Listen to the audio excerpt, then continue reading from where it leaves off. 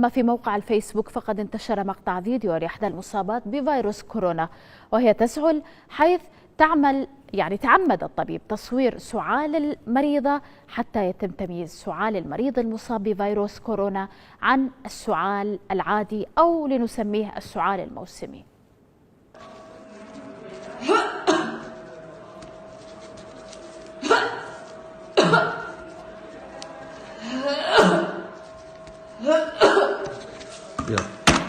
سریع سرم آمپول بزن تا تموم شد و بیا تو بگم.